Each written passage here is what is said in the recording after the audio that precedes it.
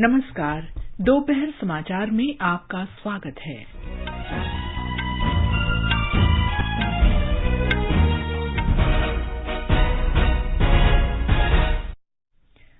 प्रधानमंत्री नरेंद्र मोदी ने उत्तर प्रदेश के लखनऊ में निवेशक सम्मेलन के दौरान 80,000 करोड़ रुपए से अधिक की लागत की विभिन्न परियोजनाओं की आधारशिला रखी।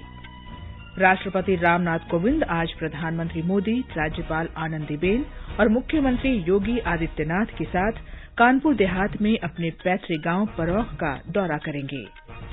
गृहमंत्री अमित शाह आज एक विशेष बैठक में जम्मू कश्मीर की सुरक्षा व्यवस्था की समीक्षा करेंगे। उत्तराखंड के मुख्यमंत्री पुष्कर सिंह धामी ने चंपावत विधानसभा उपचुनाव में 55,000 से अधिक मतों के रिकॉर्ड अंतर से जीत दर्ज की। खेल मंत्री अनुराग सिंह ठाकुर ने आज विश्व साइकिल दिवस पर राष्ट्रव्यापी कार्यक्रमों की शुरुआत की। हरियाणा में कल से खेलो इंडिया यूथ गेम्स 2021 शुरू होंगे और फ्रेंच ओपन टेनिस टूर्नामेंट के पुरुष सिंगल सेमीफाइनल में आज राफेल नडाल का मुकाबला अलेक्जेंडर ज्वेरेव से होगा। दोपहर समाचार में नीलम मलकानिया के साथ मैं कनकलता। प्रधानमंत्री नरेंद्र मोदी ने आज लखनऊ में उत्तर प्रदेश इन्वेस्टर्स समिट के तीसरे ग्राउंड ब्रेकिंग समारोह में 80,000 करोड़ रुपए से अधिक की 1,406 परियोजनाओं की आधारशिला रखी। ये परियोजनाएं कृषि, सूचना प्रौद्योगिकी, इलेक्ट्रॉनिक्स, विनिर्माण, नवीकरणीय ऊर्जा, फार्मास्यूटिकल्स, पर्यटन, रक्षा, एयरोस्पेस और कपड़ा जैसे विविध क्षेत्रों की हैं। इस अवसर पर प्रधानमंत्री ने कहा कि निवेशकों ने उत्तर प्रदेश की युवा शक्ति में विश्वास जताया है। उन्होंने कहा कि इस समारोह में रिकॉर्ड निवेश से रोजगार के नए अवसर पैदा होंगे, जिससे राज्य के युवाओं को सबसे ज्यादा फायदा होगा। एनडीए सरकार की पिछले 8 वर्ष की उपलब्धियों के बारे में प्रधानमंत्री ने कहा कि नीतियों में स्थिरता और व्यापार में सुगमता ने देश को मजबूत किया है। उन्होंने कहा कि इन वर्षों में देश में परियोजनाओं को समय पर पूरा करने की एक नई संस्कृति विकसित हुई है। अभी हाल ही में केंद्र की एनडीए सरकार ने अपने 8 वर्ष पूरे किए हैं। इन वर्षों में हम, जैसा अभी योगी जी बता रहे थे, रिफॉर्म, परफॉर्म, ट्रांसफॉर्म के मंत्र के साथ आगे बढ़े हैं। हमने पॉलिसी स्टेबिलिटी पर जोर दिया है, कोऑर्डिनेशन पर जोर दिया है, ईज ऑफ डूइंग बिजनेस पर जोर दिया है। प्रधानमंत्री ने कहा कि भारत 20 देशों के समूह में सबसे तेजी से बढ़ती हुई अर्थव्यवस्था और तीसरे सबसे अधिक ऊर्जा उपयोग करने वाले देश के रूप में उभरा है। उन्होंने कहा कि देश में पिछले वित्त वर्ष में $84 अरब का प्रत्यक्ष विदेशी निवेश हुआ। हम G20 अर्थव्यवस्थाओं में सबसे तेजी से ग्रो कर रहे हैं। आज भारत ग्लोबल रिटेल इंडेक्स में दूसरे नंबर पर है। भारत दुनिया का तीसरा सबसे बड़ा एनर्जी कंज्यूमर देश है। बीते साल दुनिया के 100 से अधिक देशों से $84 बिलियन का रिकॉर्ड एफडीआई आया है। भारत ने बीते वित्तीय वर्ष में $417 बिलियन यानी 30 लाख करोड़ रुपए से ज्यादा का मर्केंडाइज एक्सपोर्ट करके नया रिकॉर्ड बनाया है। उत्तर प्रदेश में संभावनाओं की चर्चा करते हुए प्रधानमंत्री ने कहा कि बेहतर कानून व्यवस्था ने राज्य में निवेश के लिए उपयुक्त माहौल तैयार किया है। इस अवसर पर मुख्यमंत्री योगी आदित्यनाथ ने निवेशकों को आश्वासन दिया कि उनका निवेश न केवल उत्तर प्रदेश में सुरक्षित रहेगा, बल्कि उन्हें सरकार की निवेश अनुकूल नीतियों का भी लाभ मिलेगा। उन्होंने कहा कि उनकी सरकार के पिछले कार्यकाल में राज्य में बेरोजगारी दर 18% से घटकर करीब 3% हो गई। राष्ट्रपति रामनाथ कोविंद आज दोपहर बाद प्रधानमंत्री नरेंद्र मोदी, उत्तर प्रदेश की राज्यपाल आनंदीबेन पटेल और मुख्यमंत्री योगी आदित्यनाथ के साथ कानपुर देहात स्थित अपने गांव परौख का दौरा करेंगे। राष्ट्रपति आज से 4 दिन की उत्तर प्रदेश यात्रा पर हैं। इस दौरान श्री कोविंद विभिन्न कार्यक्रमों में भाग लेंगे तथा कानपुर देहात, गोरखपुर, संत कबीर नगर, वाराणसी और लखनऊ भी जाएंगे। ब्यौरा हमारे संवाददाता से। अब से थोड़ी ही देर में प्रधानमंत्री उत्तर प्रदेश की राज्यपाल आनंदीबेन पटेल और प्रदेश के मुख्यमंत्री योगी आदित्यनाथ के साथ परौंख पहुंचने वाले हैं। प्रधानमंत्री नरेंद्र मोदी राष्ट्रपति रामनाथ कोविंद के साथ सबसे पहले पथरी माता मंदिर के दर्शन करेंगे। इसके बाद वो डॉक्टर BR अम्बेडकर भवन जाएंगे और बाद में वो मिलन केंद्र का दौरा करेंगे। ये केंद्र राष्ट्रपति का पैतृक घर है, जिसे सार्वजनिक उपयोग के लिए दान कर दिया गया था और एक सामुदायिक केंद्र में परिवर्तित कर दिया गया था। इसके बाद प्रधानमंत्री और राष्ट्रपति परौंख गांव में एक सार्वजनिक समारोह में शामिल होंगे। राष्ट्रपति वहां मौजूद जनता को संबोधित करेंगे और इसके साथ ही अपने पुराने दोस्तों और परिजनों के साथ मुलाकात करेंगे। सुशील चंद्र तिवारी, आकाशवाणी समाचार, परौंख गांव, कानपुर देहात। राष्ट्रपति कोविंद के सोमवार को आजादी का अमृत महोत्सव के अवसर पर राज्य विधानसभा के संयुक्त अधिवेशन को संबोधित करने का भी कार्यक्रम है। गृह मंत्री अमित शाह आज एक उच्च स्तरीय बैठक में जम्मू कश्मीर की सुरक्षा स्थिति की समीक्षा करेंगे। बैठक में जम्मू कश्मीर के उपराज्यपाल मनोज सिन्हा और विभिन्न विभागों के वरिष्ठ अधिकारी शामिल होंगे। पिछले महीने भी श्री शाह ने केंद्र शासित प्रदेश जम्मू कश्मीर की सुरक्षा स्थिति की समीक्षा और अमरनाथ यात्रा की तैयारियों के बारे में बैठकें की थी। गृह मंत्री ने सुरक्षा बलों और पुलिस को निर्देश दिया कि आतंकरोधी अभियानों को तालमेल के साथ सक्रियता से संचालित करें। श्री शाह ने कहा कि जम्मू कश्मीर में आतंकवाद के सफाये के लिए सुरक्षा बलों को सीमा पार घुसपैठ कतई बर्दाश्त नहीं करनी चाहिए। भारत और सेनेगल ने सांस्कृतिक आदान प्रदान, युवा मामलों में सहयोग और कर्मचारियों के लिए वीजा मुक्त प्रणाली के बारे में 3 समझौता ज्ञापनों पर हस्ताक्षर किए हैं। उपराष्ट्रपति एम वेंकैया नायडू और सेनेगल के राष्ट्रपति मैकी साल के बीच राजधानी डकार में हुई द्विपक्षीय वार्ता के बाद इन समझौता ज्ञापनों पर हस्ताक्षर किए गए। बैठक के दौरान श्री नायडू ने सेनेगल के सामाजिक आर्थिक विकास के लिए द्विपक्षीय, क्षेत्रीय और अंतर्राष्ट्रीय प्रणाली के दायरे में सभी प्रकार से सहयोग की प्रतिबद्धता दोहराई। ये समाचार हमारी वेबसाइट newsonair.com/hindi और हमारे mobile app news on AIR पर भी उपलब्ध हैं। सुनो ना, हाँ, सोच रहा हूँ अपना बिजनेस क्यों न बढ़ा लूं। तो रोका किसने है? हाँ? रोका तो किसी ने नहीं, पर समझ नहीं आ रहा कि मदद किससे मांगूं। मुझसे। तुमसे?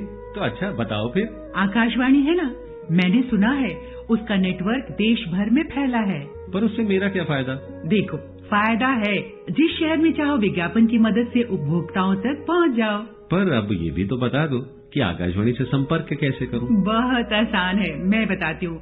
नंबर नोट करो, 870-001-4242। ओ, 870-001-4242। हाँ। लो अभी फोन लगाता हूँ 870-001-4242 पर।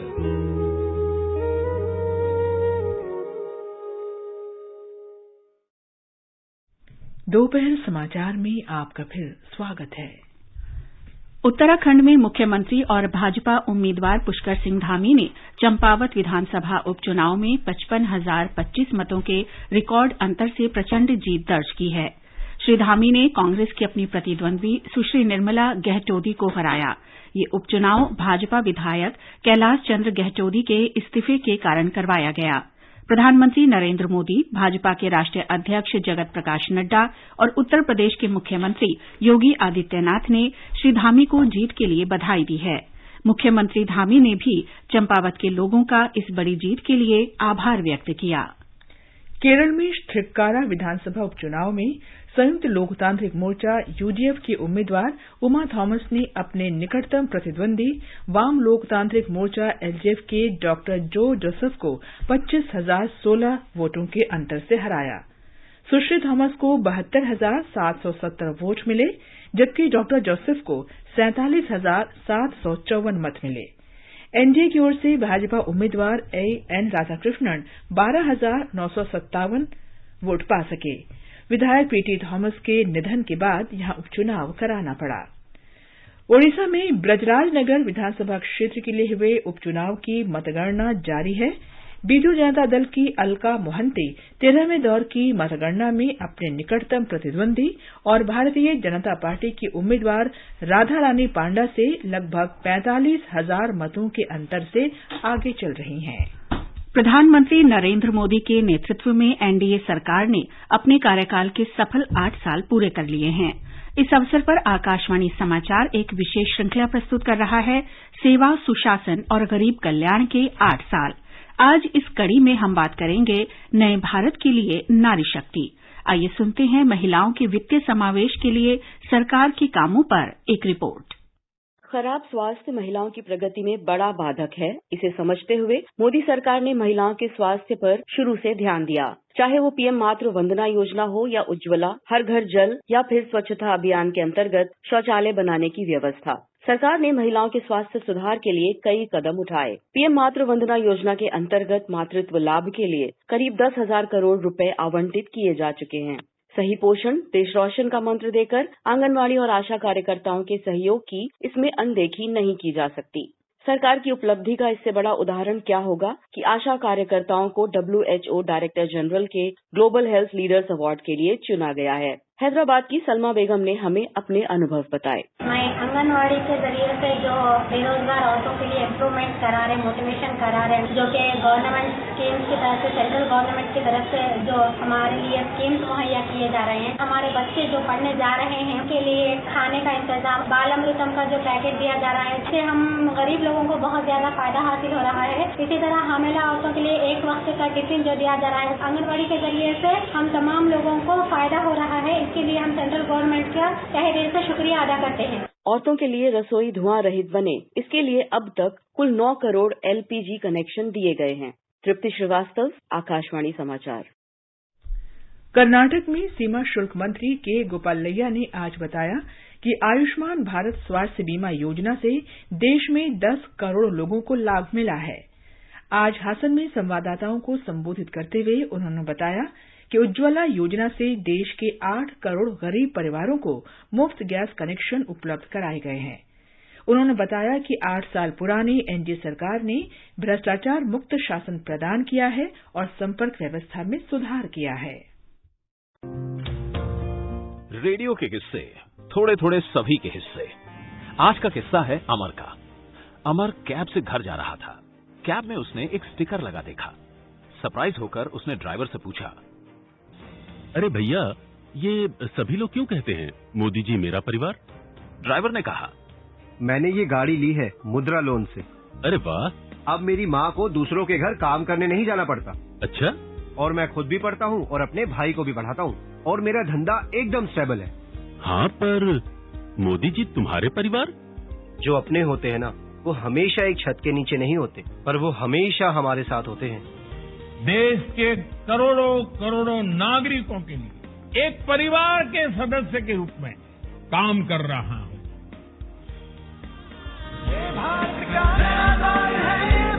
8 साल सेवा, सुशासन और गरीब कल्याण। आगे बढ़ने से पहले मुख्य समाचारों पर एक नजर। प्रधानमंत्री नरेंद्र मोदी ने उत्तर प्रदेश के लखनऊ में निवेशक सम्मेलन के दौरान 80,000 करोड़ रुपए से अधिक की लागत की विभिन्न परियोजनाओं की आधारशिला रखी। राष्ट्रपति रामनाथ कोविंद आज प्रधानमंत्री नरेंद्र मोदी, राज्यपाल आनंदीबेन पटेल और मुख्यमंत्री योगी आदित्यनाथ के साथ कानपुर देहात में अपने पैतृक गांव परौंख का दौरा करेंगे। गृहमंत्री अमित शाह आज एक विशेष बैठक में जम्मू कश्मीर की सुरक्षा व्यवस्था की समीक्षा करेंगे। उत्तराखंड के मुख्यमंत्री पुष्कर सिंह धामी ने चंपावत विधानसभा उपचुनाव में 55,000 से अधिक मतों के रिकॉर्ड अंतर से जीत दर्ज की। खेल मंत्री अनुराग सिंह ठाकुर ने आज विश्व साइकिल दिवस पर राष्ट्रव्यापी कार्यक्रमों की शुरुआत की। हरियाणा में कल से खेलो इंडिया यूथ गेम्स 2021 शुरू होंगे और फ्रेंच ओपन टेनिस टूर्नामेंट के पुरुष सिंगल्स सेमीफाइनल में आज राफेल नडाल का मुकाबला अलेक्जेंडर ज़्वेरेव से होगा। केंद्र शासित प्रदेश जम्मू कश्मीर के बांडीपोरा जिले में पिछले 2 वर्षों में काफी विकास हुआ है। आकाशवाणी से विशेष साक्षात्कार में जिलाधिकारी डॉ ओवैस अहमद ने कहा कि बिजली और पानी की आपूर्ति, संपर्क और अन्य नागरिक सुविधाओं में काफी सुधार आया है। उन्होंने बताया कि प्रशासन ने पिछले वर्ष लक्ष्य से अधिक 2,700 विकास कार्य पूरे किए हैं।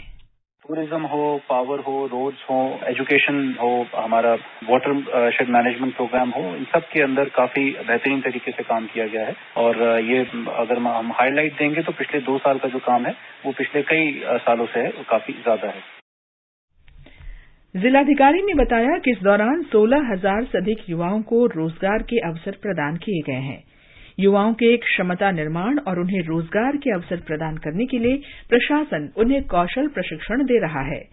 कृषि के विकास को लेकर डॉ ओवैस ने कहा कि किसानों को अब ई मार्केट प्लेटफॉर्म के माध्यम से उनकी उपज का सीधा लाभ मिल रहा है।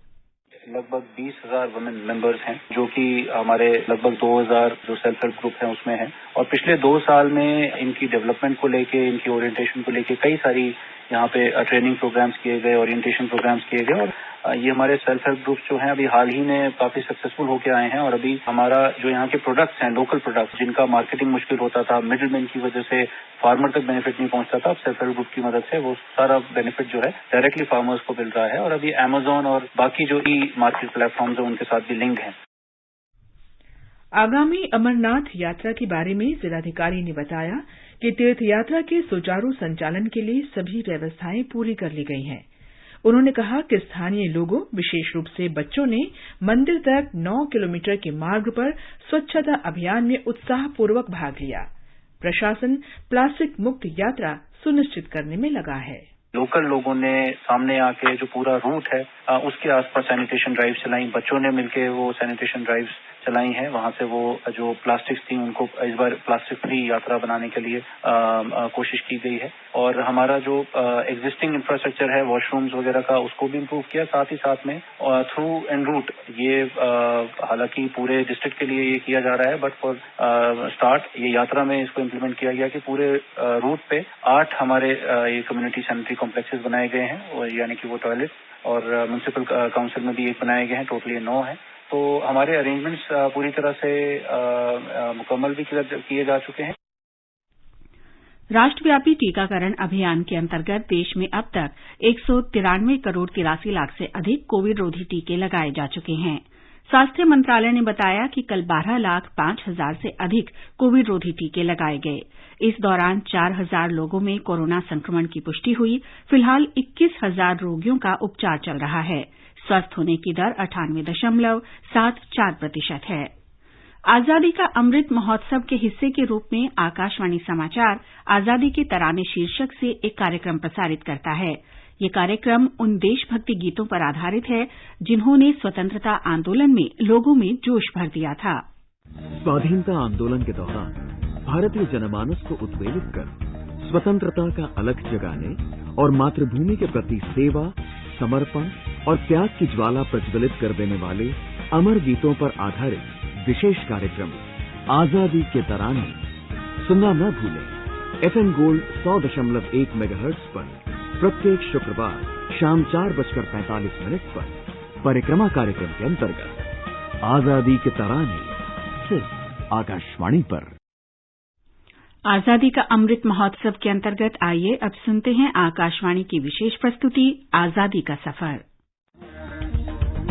आजादी का अमृत महोत्सव।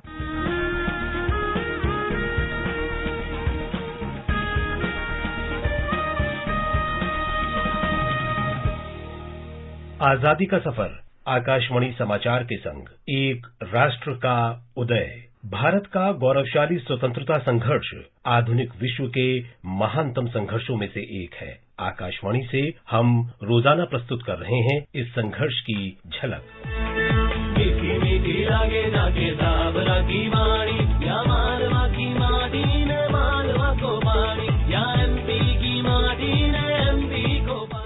जून 1857 को भारत के प्रथम स्वतंत्रता संग्राम की आंच मध्य प्रदेश के नीमच पहुंची और वहां भी सिपाहियों ने ब्रिटिश शासन के विरुद्ध मोर्चा खोल दिया। नीमच में तैनात बंगाली सैनिकों की ब्रिगेड ने बगावत कर दी और दिल्ली की तरफ कूच कर लिया। नीमच धुर दक्षिणी क्षेत्र था जहां स्वतंत्रता की ज्वाला प्रज्वलित हुई। यूरोपीय अधिकारियों ने शहर के किले में शरण ली। बाद में मंदसौर के स्वतंत्रता सेनानियों ने उन्हें बंधक बना लिया, लेकिन मालवा से सेना के आने पर अंग्रेजों ने निश्चिंत होकर शहर को नियंत्रण में कर लिया।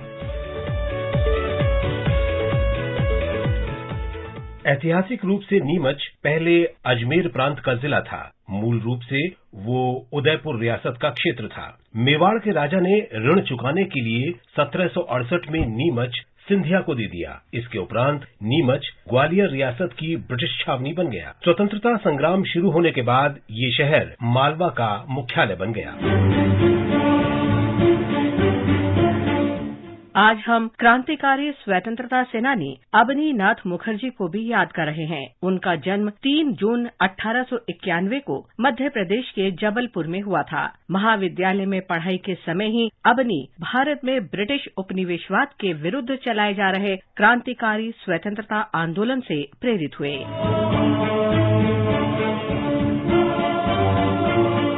पढ़ाई पूरी करने के उपरांत अबनी ने भारत छोड़ दिया और विदेश में रह रहे भारतीय क्रांतिकारियों के संगठन में शामिल हो गए। उन्होंने जर्मनी और जापान में धन और हथियार एकत्र करने का कार्य संभाला और उसे भारतीय धरती पर उपनिवेशवाद का विरोध करने वाले क्रांतिकारियों तक पहुंचाना आरंभ कर दिया। 1912 में अबनी मुखर्जी भारत आ गए और उत्तर प्रदेश में क्रांतिकारी संगठन में शामिल होकर देश सेवा का कार्य जारी रखा। जापान से लौटते समय अंग्रेजों ने उन्हें सिंगापुर में गिरफ्तार कर लिया।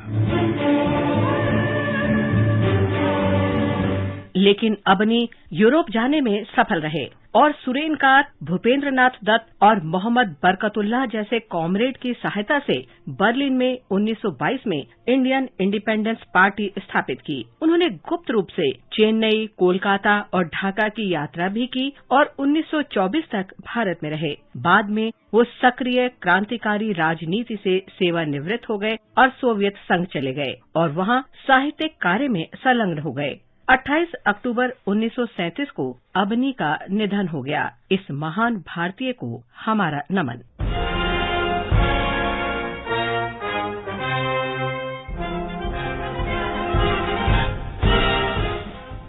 जून 1947 को भारत में अंतिम ब्रिटिश वायसराय माउंटबेटन ने 3 जून की योजना का प्रस्ताव दिया। इसे माउंटबेटन योजना भी कहा जाता है। उसमें विभाजन, स्वायत्तता, 2 नए राष्ट्रों की संप्रभुता और अपना संविधान बनाने के लिए उनके अधिकार के सिद्धांत शामिल थे। रियासतों को ये विकल्प दिया गया कि वे भारत या पाकिस्तान में से किसी एक में शामिल हो सकते हैं। द इंडियन इंडिपेंडेंस एक्ट 1947 के माध्यम से उस योजना पर कार्य आरंभ कर दिया गया। वो अधिनियम ब्रिटिश संसद में पारित किया गया और 18 जुलाई 1947 को उसे शाही स्वीकृति मिल गई।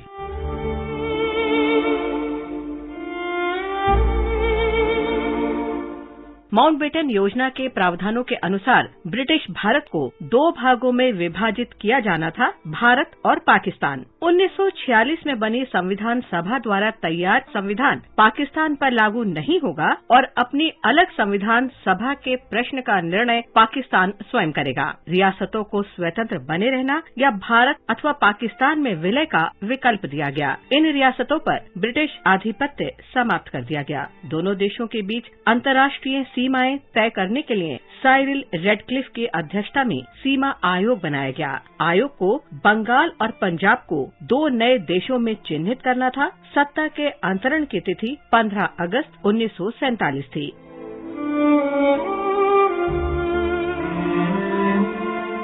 विभाजन के दुष्परिणाम आज भी दोनों देशों और उनके नागरिकों को भोगने पड़ रहे हैं।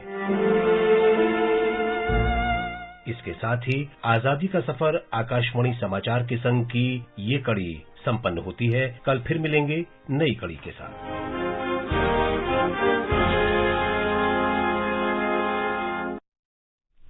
ये समाचार आकाशवाणी से प्रसारित किए जा रहे हैं। ताजा समाचार जानने के लिए आप हमारे Twitter handle @AIR News Hindi को फॉलो कर सकते हैं।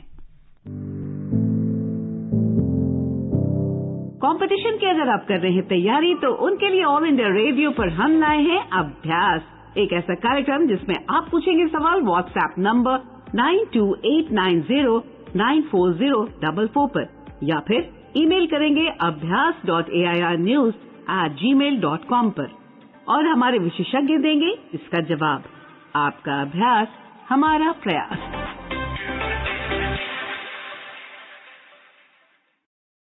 ये आकाशवाणी है।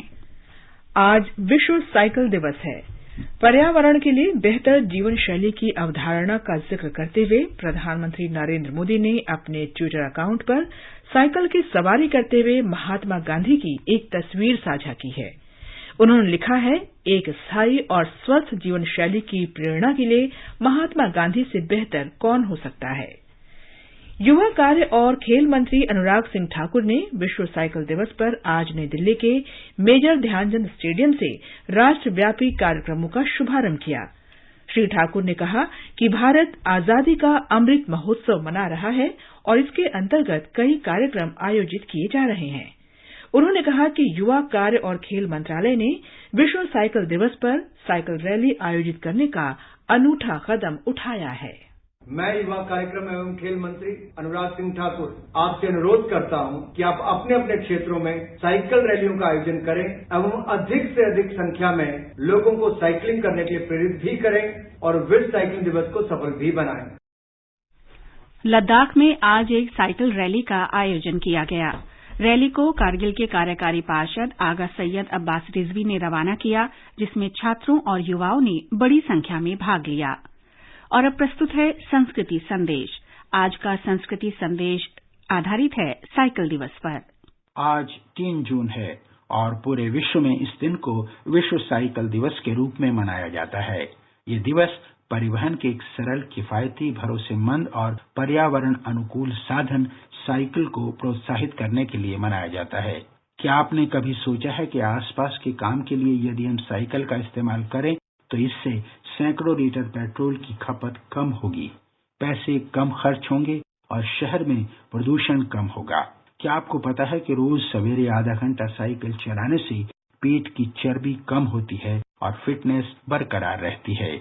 आपको जानकर हैरानी होगी कि साइकिल चलाने से इम्यून सिस्टम भी ठीक रहता है। इससे बीमार होने का खतरा कम हो जाता है। लगातार साइकिल चलाने से घुटनों और जोड़ों के दर्द में आराम मिलता है। जो इंसान रोजाना 30 मिनट साइकिल चलाता है, उसका दिमाग दूसरे लोगों के मुकाबले ज्यादा एक्टिव रहता है। आइए विश्व साइकिल दिवस के अवसर पर हम शपथ लें कि हम अपने जीवन में यथासंभव साइकिल का प्रयोग करेंगे।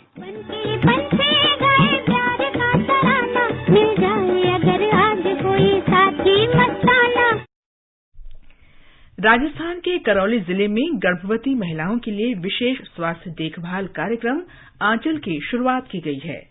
इससे 13,000 से अधिक महिलाओं को लाभ पहुंचा है।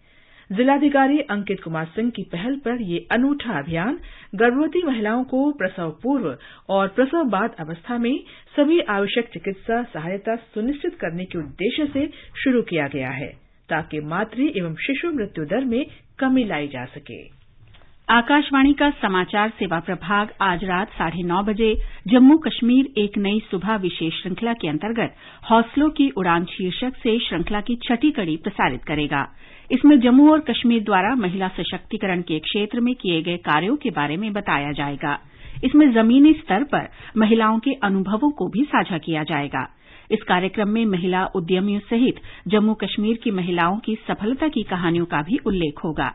ये कार्यक्रम रात 9:30 बजे से FM गोल्ड चैनल और अतिरिक्त मीटरों पर सुना जा सकता है। ये कार्यक्रम हमारी वेबसाइट newsonair.gov.in और हमारे YouTube channel news on AIR official पर भी उपलब्ध होगा। हरियाणा का पंचकुला खेलो इंडिया युवा खेल 2021 की मेजबानी के लिए तैयार है। कल से शुरू हो रहे खेलो इंडिया युवा खेल में 2,262 लड़कियों सहित लगभग 4,700 खिलाड़ी भाग लेंगे। फ्रेंच ओपन टेनिस टूर्नामेंट के पुरुष सिंगल्स सेमीफाइनल में स्पेन के राफेल नडाल का सामना जर्मनी के अलेक्जेंडर ज़्वेरेव से होगा। अंत में मुख्य समाचार एक बार फिर। प्रधानमंत्री नरेंद्र मोदी ने उत्तर प्रदेश के लखनऊ में निवेशक सम्मेलन के दौरान 80,000 करोड़ रुपए से अधिक की लागत की विभिन्न परियोजनाओं की आधारशिला रखी। राष्ट्रपति रामनाथ कोविंद, प्रधानमंत्री नरेंद्र मोदी, राज्यपाल आनंदीबेन पटेल और मुख्यमंत्री योगी आदित्यनाथ के साथ कानपुर देहात में अपने पैतृक गांव परौंख पहुंचे। गृह मंत्री अमित शाह आज एक विशेष बैठक में जम्मू कश्मीर की सुरक्षा व्यवस्था की समीक्षा करेंगे। उत्तराखंड के मुख्यमंत्री पुष्कर सिंह धामी ने चंपावत विधानसभा उपचुनाव में 55,000 से अधिक मतों के रिकॉर्ड अंतर से जीत दर्ज की। खेल मंत्री अनुराग सिंह ठाकुर ने आज विश्व साइकिल दिवस पर राष्ट्रव्यापी कार्यक्रमों की शुरुआत की और हरियाणा में कल से खेलो इंडिया यूथ गेम्स 2021 शुरू होंगे। इसके साथ ही दोपहर समाचार का ये अंक समाप्त हुआ। नमस्कार।